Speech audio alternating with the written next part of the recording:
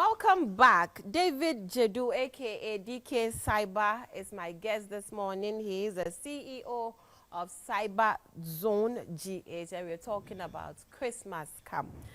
David, let's talk about e-wallets, electronic wallets. Can it be hacked? Why not? The issue here is that there's no technology that cannot be hacked. Every system can be hacked. I see. But some are difficult, to be attacked. When you talk about the electronic wallet, the e-wallet, I would regard this Momo as part of them. That's just the basics ones.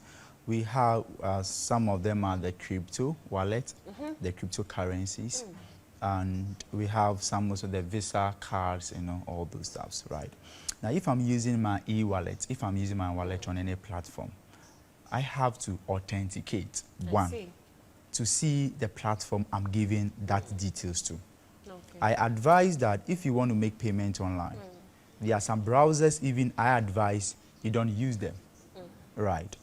I advise that even when I want to make a payment to, let's say, Amazon, if I use a browser like Chrome, Chrome will keep my things, tracks me down and other stuff. I know of a browser called Brave, B-R-A-V-E. Or even on the same Chrome, I can use what we call the DuckDuckGo.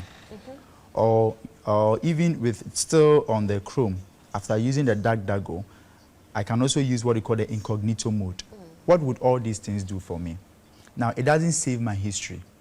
Now, if maybe you have your computer somewhere and you do purchase online with your e-wallet, and maybe you forget to leave the machine there, and per chance you have any IT guy coming to sit behind the PC, with a Control H can bring the history back. I see. The person can get to know what you've done. I see. Right. David, we're about wrapping up. Now, what should we do as soon as we find out that we've been scammed? Right. So always what I say is, the first thing is to report. Okay. See, when you report, it helps the authorities. Yes. Right now, if you go online, just search for the Ghana National Cybersecurity Authority. Okay. They have their numbers to free lines there. Okay. Or you can report to the nearby police station. Okay. Right. When you report first, it helps to keep the database. They know about the current threat. Then they can find better ways to mitigate such issues. Right. So that is the first one. After you've been maybe going through that, you can also post to let people know about what is going on that time.